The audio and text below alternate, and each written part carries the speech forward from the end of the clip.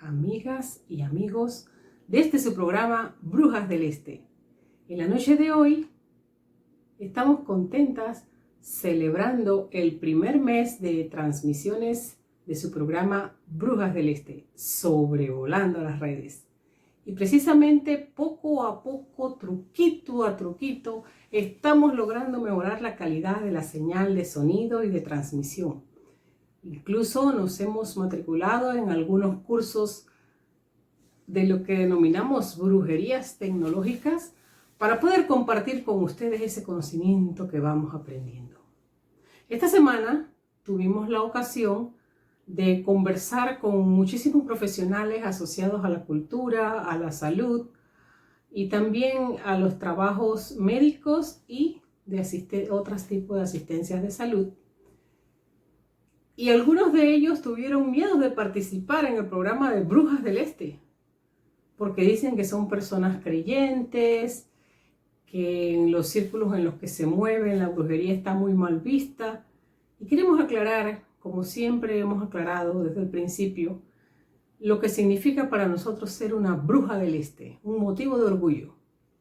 Porque las brujas de la antigüedad, que fueron personificadas como asociadas al demonio, no eran más que mujeres conocedoras e investigadoras que procuraban buscar la salud de la comunidad en la que se encontraban.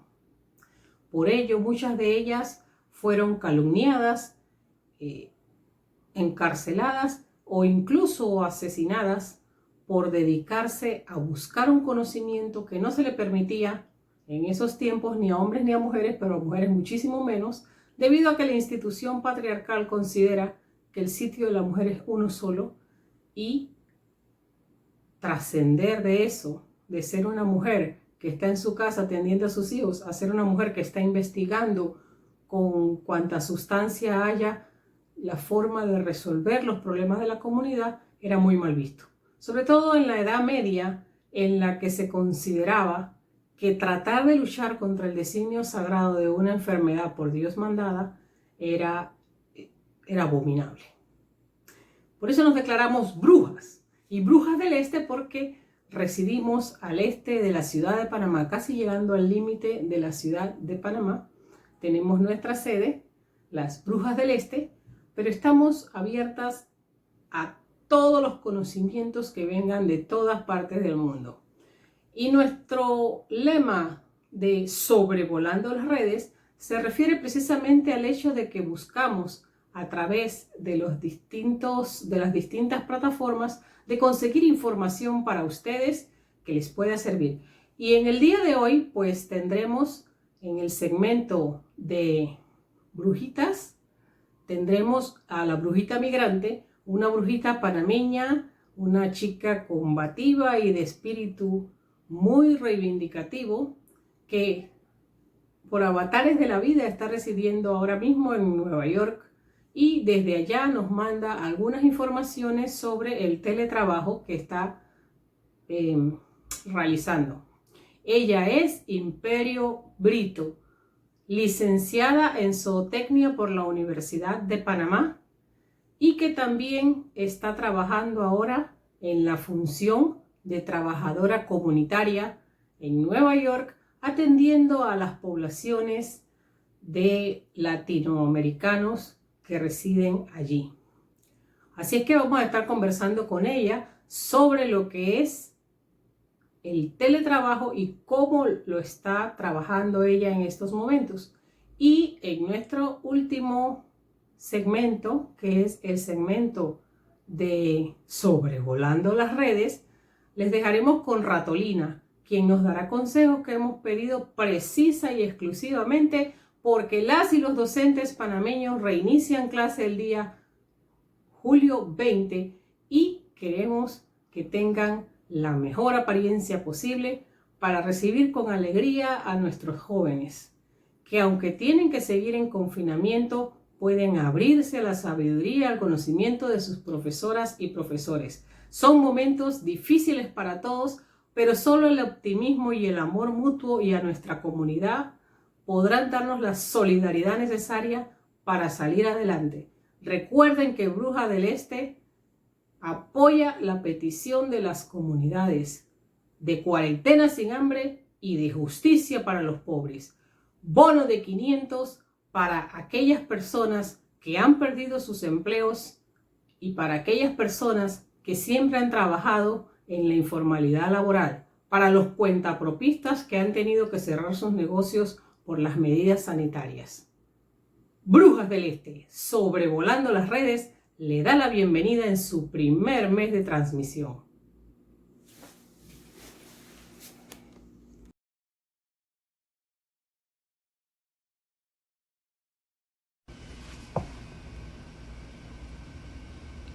Hola, mi nombre es Imperio Brito. Soy trabajadora comunitaria de la salud. Vivo en New York hace aproximadamente 8 años. Soy panameña y estoy haciendo actualmente trabajo remoto o teletrabajo o trabajo online. Hay muchas formas de llamarlo. Agradezco primero que todo a la profesora Galia por haberme invitado a su programa a participar. Muchas gracias por esta entrevista. Bien, estoy aquí para compartir con ustedes algo un poco acerca de mi experiencia aquí en Estados Unidos trabajando de forma remota. Lo primero es que aquí en este país el trabajo online o remoto o teletrabajo viene dándose hace muchísimos años atrás. Hay muchas compañías que emplean personal desde sus casas para atender principalmente atención al cliente, para ventas y para cobros. Son una de las categorías para las cuales más utilizan este tipo de trabajo. En mi caso, yo trabajo en un hospital. Trabajo dándole asesoría a los pacientes que tienen enfermedades crónicas como diabetes, como asma. También ayudo a las personas a conseguir alimentos, fuentes de alimentos en el sentido de hay personas con una situación económica muy pobre, entonces se les dificulta conseguir alimentos y hay muchas instituciones que se encargan de proporcionarle alimentación gratuita a estas personas, pero se hace por medio ya sea de un trabajador social, de un trabajador de la salud comunitario, como es mi caso, o también lo hacen por medio de diferentes agencias. Esta es la primera vez que trabajo de esta forma. Nunca había tenido la oportunidad de hacerlo y realmente me gusta. Sin embargo, me cuesta un poco organizarme. Me cuesta organizarme porque antes tenía un horario específico para salir de mi casa, ir a trabajar, regresar y dedicarme tiempo para mí, para mi familia, para mis quehaceres. Sin embargo, ahora tanto el espacio de trabajo como el espacio personal están bajo el mismo techo. Y cuando no estás acostumbrado a trabajar de esa forma, se mezcla tanto la vida personal como la vida de trabajo en un solo espacio y a veces es un poco complejo de controlar. Para mí esa es una de las cosas que no me gusta. Las ventajas son que pues no sales, no gastas dinero en pasaje, pero ahí hay como un truco, porque si bien es cierto que no gastas dinero en pasaje, sí estás gastando dinero en otros recursos que bien pudiesen estar siendo pagados por las compañías. Por ejemplo, tu internet, que lo pagas tú. Si en caso tal no tienes Wi-Fi, que no estás pagando un plan de Wi-Fi, te toca entonces instalar uno. Fue el caso de una compañera. Ella no tenía Wi-Fi en su casa porque ella utilizaba el internet de su teléfono.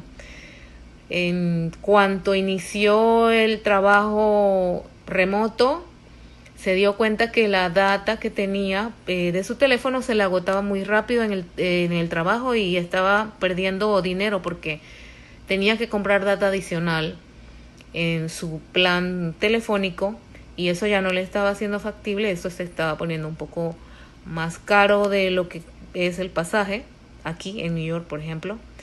Así es que le tocó comprar un plan de Wi-Fi. Entonces la compañía no paga tu plan de Wi-Fi, tú tienes que tener tu propio plan. Esa es una de las cosas que creo yo que deben ser reguladas. Además, estás utilizando tu electricidad. Aquí la electricidad es un poco cara. Supongo que igual en Panamá está viéndose muy cara actualmente. Entonces son cosas que hay que evaluar si vale la pena. Además de eso, debes también tener un espacio en tu casa solamente para trabajo, para que te sientas cómodo más que todo. Algunas personas que trabajan desde su casa prefieren sentarse en el sofá de la sala o se acuestan en su cama y trabajan desde su cama. Yo, por ejemplo, prefiero tener un espacio para el trabajo y otro espacio para mi vida personal. Por ejemplo, habilité un espacio en mi apartamento para trabajar. En mi caso, llevo 3 meses aproximadamente trabajando de esta forma. Uno de mis trabajos era, o parte de mis obligaciones, mejor dicho, era dar clases de diabetes o como seguimiento a pacientes diabéticos. Tenía que darle clases que duraban aproximadamente 2 horas y media la clase.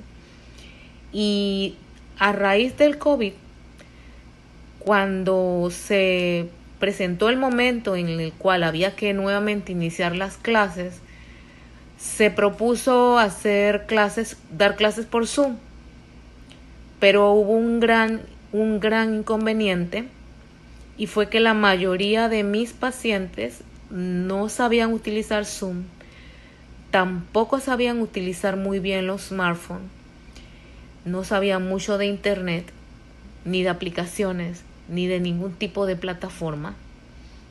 Y se iba a poner un poco más difícil porque ¿cómo hacíamos para ir a enseñarles a utilizar estos mecanismos? Entonces, una vez vi a una señora en un bus, una señora bastante mayor, igual que mis pacientes. Estaba viendo un video de YouTube y pensé yo, bueno, aparentemente para algunas personas es muy fácil abrir un link de YouTube y ver un video. Entonces propuse que tal vez podíamos hacer las clases en videos de YouTube. Nunca había hecho un video de YouTube yo tampoco dando mi clase. Hice varios diferentes videos y todos a mí me parecían aburridísimos, porque yo sentía que si yo no podía estar más de 2 minutos viendo mi propio video, entonces nadie lo iba a ver. Pues entonces se me ocurrió que hiciéramos compra de imágenes y de videos ilustrativos. De esa manera no solamente incorporé mi clase, sino que incorporé también imágenes y videos ilustrativos sobre los temas que estaba yo tocando en la clase. Y bueno, pues ahora sí los videos quedaron mejor. Esto al menos las personas lo pueden ver tal vez en la mitad del video o llegar hasta el final. Básicamente son videos de 10 minutos y el punto fue que tuve que reducir una clase de 2 horas y media a básicamente menos de 30 minutos. Porque algunos videos son de 10 minutos, otros son de 12 minutos. Entonces tengo 2 videos por clase. Son 6 clases las que yo doy y cada clase tiene 2 videos. Tengo un total de 12 videos de cada una de mis clases. Eso fue parte de lo que tuvimos que reinventar para iniciar con este proceso.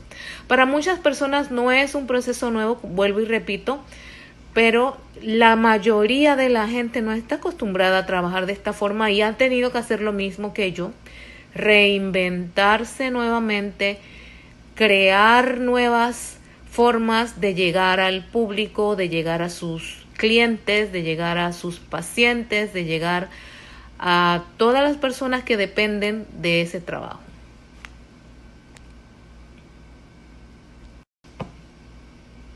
Actualmente muchas personas ya están volviendo a la normalidad aquí en New York. A partir de la próxima semana van a abrir muchos otros negocios que estaban cerrados. Aquí no hubo una cuarentena completa, aquí hubo medidas totalmente diferentes a las medidas en Panamá. Por ejemplo, en cuanto a la cuarentena, solamente se podían poner en cuarentena o solo era necesario que se pusieran en cuarentena las personas que tenían el COVID positivo. En cuanto al resto de la población, podían practicar la distancia o distanciamiento social. Quería decir que en un radio de aproximadamente 2 metros de distancia de otra persona, de una tercera persona, las filas también era a 2 metros de distancia para ir al supermercado, para ir al hospital, para esperar el bus. Los buses, por ejemplo, si un bus tenía una línea de 3 asientos, solamente se podía sentar una persona ahí. En cuanto a los trenes, la misma norma casi. Entonces, el distanciamiento social fue lo que se practicó y se sigue practicando aquí. Utilizar máscaras y guantes para entrar a la mayoría de los supermercados, o mejor dicho a todos. Algunos exigen guantes, otros solamente te piden la mascarilla. Para ir a todos los lugares públicos, para entrar a todos los lugares públicos como restaurantes, como centros médicos, se exige supermercados, se exige entonces la mascarilla. Aquí se dividió la empresa privada en 2 partes. Los negocios fundamentales y los no fundamentales, o esenciales y no esenciales. Entonces, dentro de los negocios no esenciales, básicamente estaban los salones de belleza, los gimnasios, los lugares lugares de recreación, los supermercados, los almacenes y los malls, todos cerrados. Los esenciales eran todos los lugares de expendio de alimentos. Para mi sorpresa, también las licorerías, los centros médicos también, los talleres y algunos otros que ahorita no puedo recordar, pero todas esas personas, la gran mayoría de ellos practicaron en algún momento teletrabajo, o no todo el personal, sino parte del personal. En el caso, por ejemplo, del hospital para el cual trabajo, parte del personal administrativo y algunas de las especialidades médicas, como por ejemplo nutrición, son especialidades que podían realizarse desde la casa. Nutrición, psicología, psiquiatría. En gran medida todas estas especialidades fueron desplazadas a sus hogares.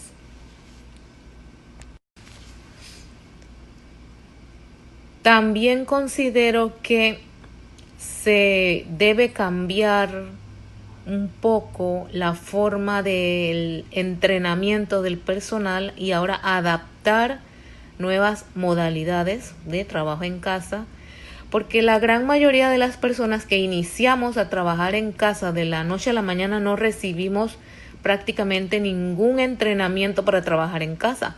Se nos dijo: váyase a su casa, llévese la computadora, llévese la impresora, llévese el teléfono y haga lo mismo que hacía aquí en la oficina en su casa.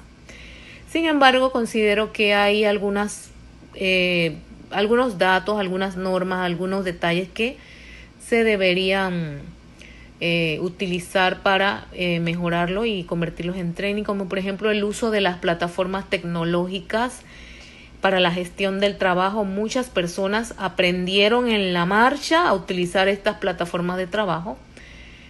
También la gestión del tiempo. A mí me pasó que no podía al principio dividir o gestionar mi tiempo personal y mi tiempo de trabajo, porque ambas cosas estaban bajo el mismo techo y bajo el mismo espacio. Y la planificación, aprender a planificar las prioridades, porque cuando estás en una oficina es diferente, tu prioridad es trabajar, pero cuando estás en tu casa siempre sale algo de la casa mientras estás trabajando. Más a los que tienen hijos, creo que se les complica un poco más. Así es que creo que hay cosas todavía que hay que mejorar, pero se puede lograr. Ahora, teletrabajo no solo te permite trabajar en tu casa, te permite, y eso es lo bueno, que te permite trabajar desde cualquier lugar del mundo, siempre y cuando tengas una buena conexión a internet y bueno, y que te lo permitan también. En mi caso, no necesito salir, pero tengo compañeros que a veces tienen que dirigirse a otros estados o a otras ciudades y trabajan desde el hotel, trabajan desde el avión, en fin, trabajan desde cualquier punto del planeta. Como vuelvo y repito, esto no es nuevo, esto es completamente viejo. Sin embargo, para muchos trabajadores comunes y corrientes como yo, en mi caso, es una novedad. Entonces, esto creo que ahora es el momento para que muchas compañías que nunca lo habían hecho empiecen a hacer cambios en sus plataformas de trabajo, en sus esquemas de trabajo e incorporar más el teletrabajo. Principalmente es muy, pero muy ventajoso para ciudades muy complejas, como por ejemplo como Panamá, que es una ciudad que siempre hay mucho tráfico. También aquí en New York siempre hay mucho tráfico.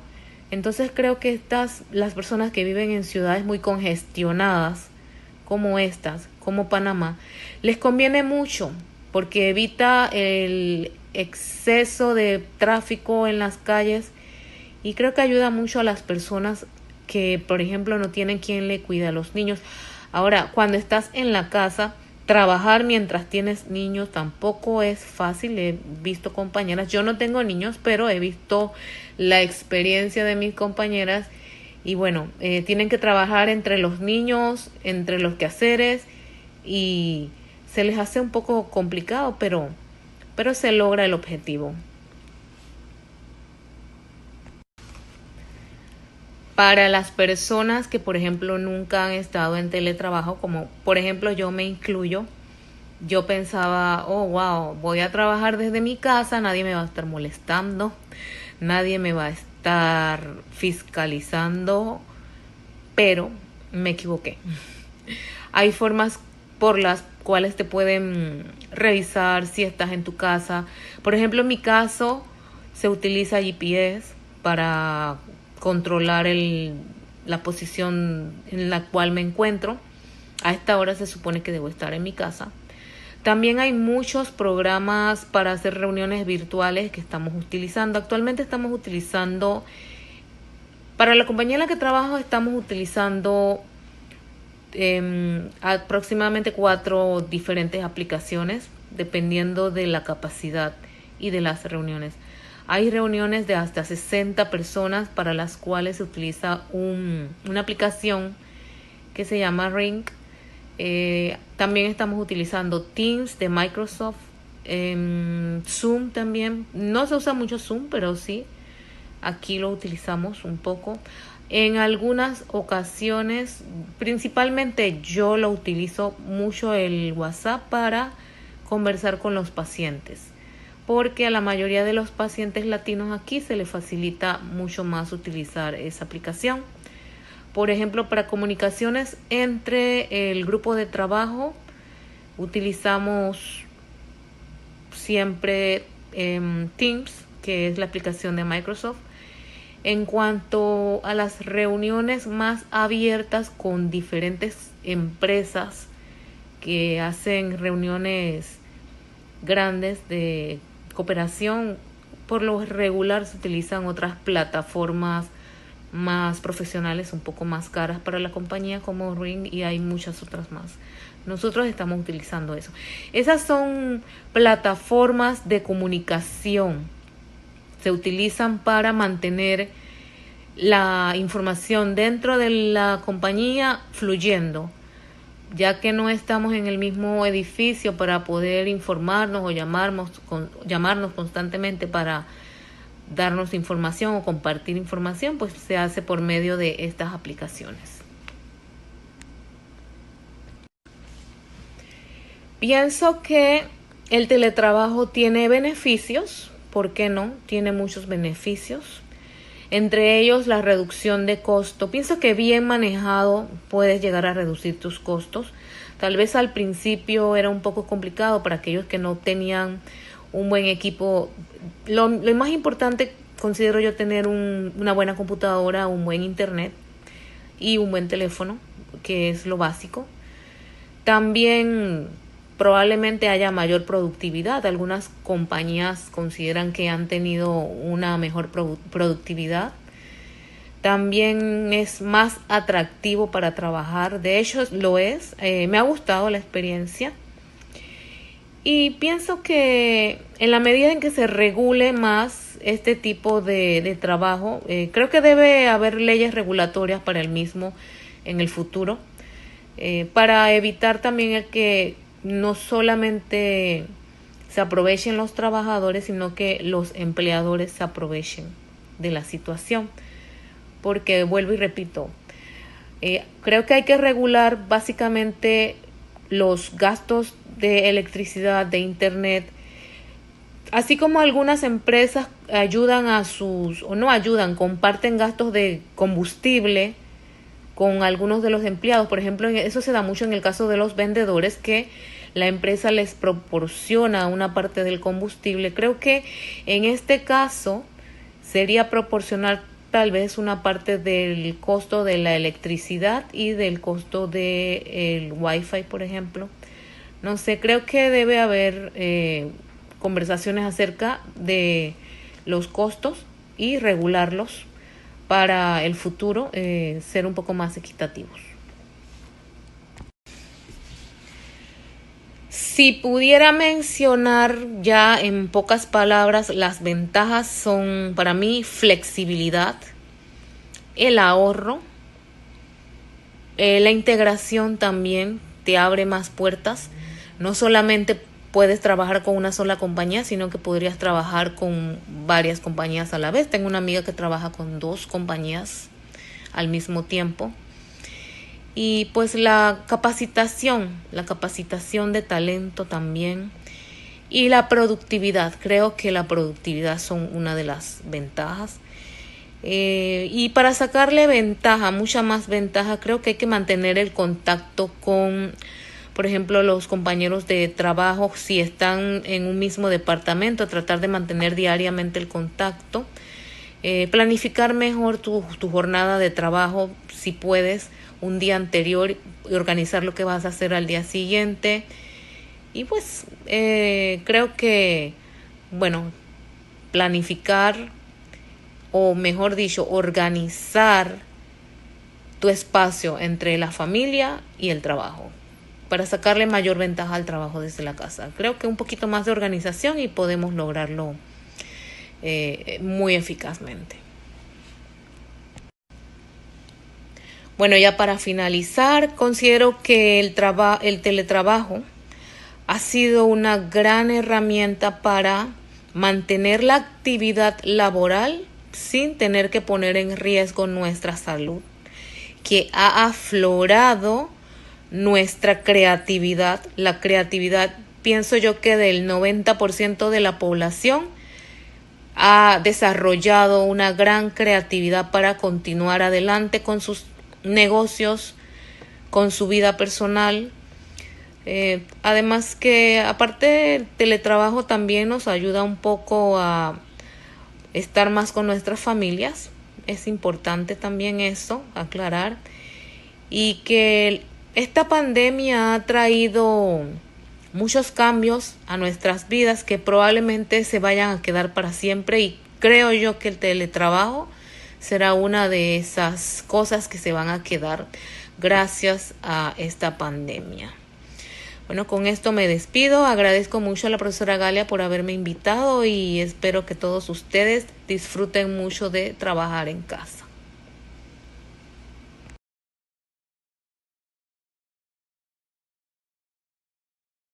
Y con mucho cariño para todas y todos nuestros docentes, deseamos dejarle en Brujas del Este, sobrevolando las redes, lo que hemos encontrado en el YouTube Ratolina.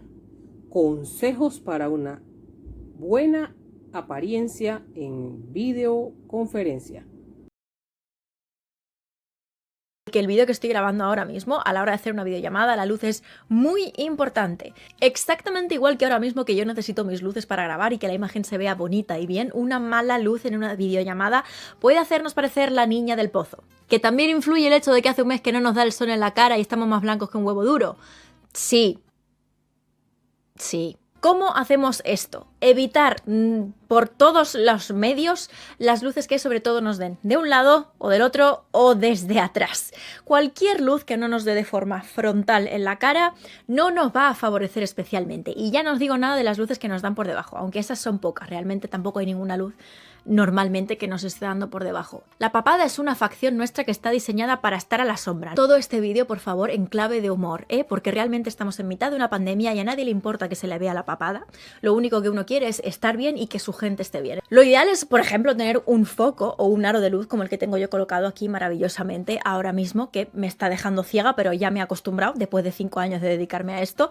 Pero vamos a ser realistas, nadie tiene un aro de luz rondando por su casa, a no ser que, como yo, os dediquéis al mundillo audiovisual. Con lo cual, no os preocupéis, si no es vuestro caso, pues vamos para adelante. Están los aritos de luz de este estilo que los podéis comprar, por ejemplo, en Amazon, etcétera. Yo ahí lo dejo a vosotros decidís si es el momento o no es el momento de pedir cosas por internet que no sean de primera necesidad. Ahí lo dejo, pero no hace falta. Realmente con ponerse delante de una ventana es más que suficiente. Cuando digo delante, digo delante. Ni de lado, ni por detrás, ni en diagonal, es delante. De forma que la luz que entra por la ventana nos dé frontalmente, en la cara, en todo el jeto, vaya, que nos ilumine como si fuésemos un gusiluz. Ese es el efecto que estamos buscando. De esta forma, la luz que nos da en el rostro es uniforme y por lo tanto nuestras facciones se ven más naturales y no salidas del pozo. El segundo tip o el segundo truco que creo que es, este con el anterior son como los gemelos más importantes. Si tenemos controladas estas dos cosas, los demás ya viene de la mano y podemos ser Beyoncé. Este segundo punto es la colocación o el ángulo de la cámara. Esto es muy importante y aquí es donde viene otra vez el efecto cámara frontal del iPhone. No hay lección de humildad en este universo